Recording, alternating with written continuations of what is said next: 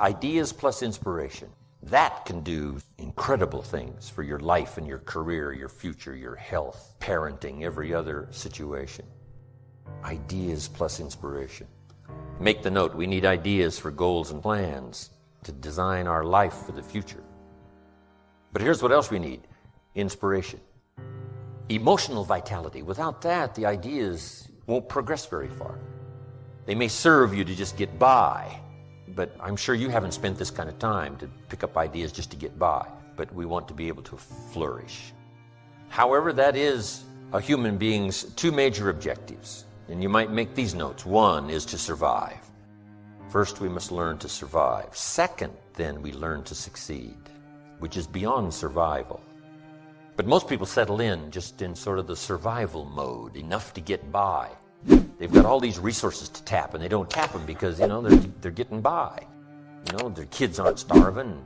They got a roof over their head and some clothes to wear and food to eat. But to go way beyond that, to flourish, not just to survive, but to flourish, I'm sure that's what all of us are here for, to find more ideas on how to do that. Now, the idea part is fairly basic and upfront, and they're fairly easy to put forward. Here's what's a little more tricky, inspiration. Who knows why one's inspired and one is not inspired? Here's what I call it.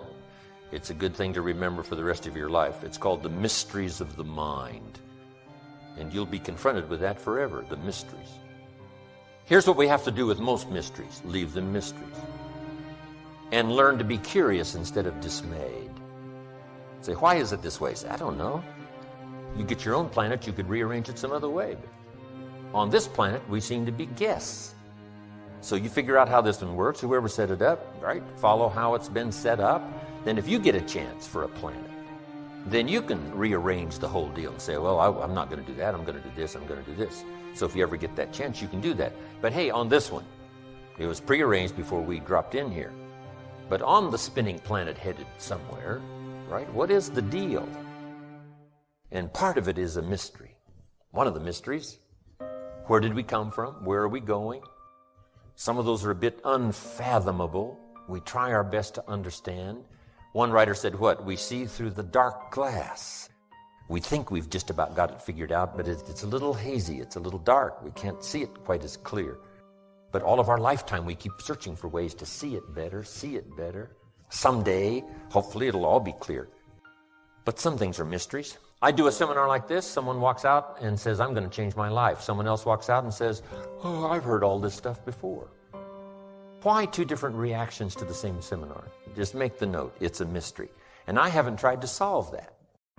You say, well, I'm going to make everybody walk out and say, I'm going to change my life. See, no, you can't do that. It's going to be however it's going to be. And the key is to be curious and not dismayed. Let the mysteries be mysteries. Interesting story says the day the Christian church was started, a magnificent sermon was preached. And if you read the account of the sermon that was preached the first day the Christian church was started, it was a magnificent sermon. And it was a magnificent occasion. It said there was a multitude that heard this sermon, meaning what? A lot of people heard it. But there was an incredible variety of reaction of the people that heard the sermon. It said some that heard the sermon were perplexed. And I thought, wow, this looked like a pretty straightforward sermon to me. Why would anyone be perplexed? And here's the simple answer. They are the perplexed. And if you try to figure that out, you go crazy. And here's what I learned to do. Leave the perplexed perplexed. You can't straighten this out. It said some that heard this great sermon laughed at the speaker and mocked, laughed and made fun of him.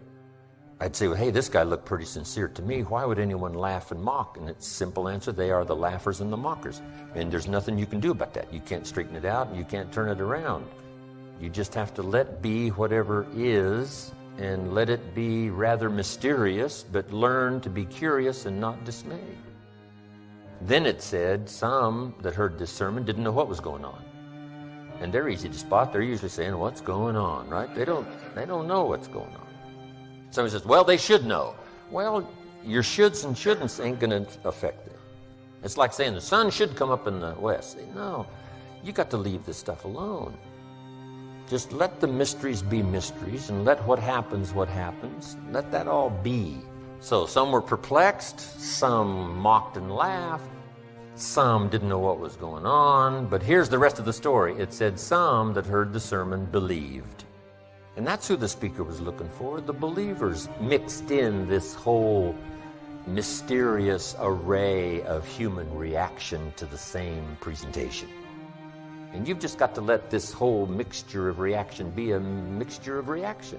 And you can't be dismayed by it. Otherwise, the only cure for it is to get your own planet.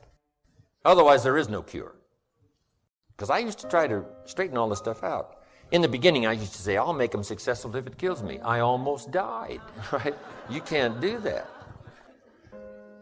So, it said some believed, and that's who the speaker was looking for, the believers out of this massive audience of a multitude.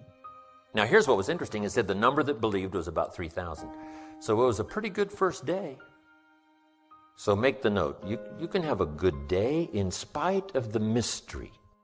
In spite of the mystery of reaction, in spite of who's who, in spite of what happens, in spite of the full variety of human reaction and human behavior, in spite of the whole mix in each community, in each place, in each school, wherever, in spite of this whole mysterious mix of how things are and how humans react and how they behave, here's what you can have: a good day. Amazing. So, let the mysteries be mysteries. But inspiration, hopefully I've caught you at the right time where you'll be inspired to listen, inspired to take notes, and then inspired to give it a try. And this is all I ask after the seminar's finished. Just try some of this stuff. You never know till you try, Papa said. See if it'll work for you. And then here's what's next. Refine it all as you go. First you learn, then you try, then you refine, then you evaluate, then you pass it on. Here's what else I hope you'll find: guidelines to translate response into results.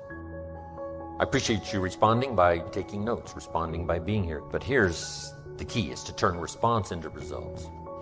I appreciate applause, but applause is not the deal. For me, here's what's valuable, is to have this stuff work in someone's life, to have it make a difference in someone's income, have it make a difference in someone's financial future, have it make a difference in someone's health, measurable difference in someone's future and health. That's my game. And if I can give you something that'll help make a measurable difference as time passes, see, that's what's it for me. Key phrase, results, is the name of the game. I do another seminar called The 5 Major Pieces. Here's those pieces. 1 is philosophy. We're affected by what we know. Next is attitude. We're affected by how we feel. 3rd is activity, or disciplines, or work. Labor, it's called. We're affected by what we do. And number 4 is results. Learn to measure and count to see how you're doing. Making progress is the name of the game. And here's how I describe it: measurable progress in reasonable time. Make measurable progress in reasonable time. But results is the name of the game. We don't study philosophy just for philosophy, or attitude just for attitude, or discipline just for discipline. These things by themselves serve no purpose. But these 3 items invested in labor, in the work, produces results. Now we measure our results to see how our disciplines are working, how our attitude is working, and how our philosophy is working. And if the results aren't to your liking, there's only 3 places to check: discipline, attitude, philosophy, personal philosophy. Pretty simple process. Some people check interest rates. Well, that's not where the real problem probably is. Check what you know. You may need more knowledge. Check how you feel. You may need to adjust your attitude. And check your disciplines, and you may need to add a couple to the ones you're already engaged in. And that'll start immediately to changing the results that you can measure, that you can count. And you might add one more word here: weigh. Weigh and count and measure. Because the game is productivity, progress and productivity. Then something we're going to talk about, which was number 5, which is lifestyle. Because here's the ultimate expression of life, and that's to live a good life. Living well is the ultimate expression, not philosophy, not attitude, but living well.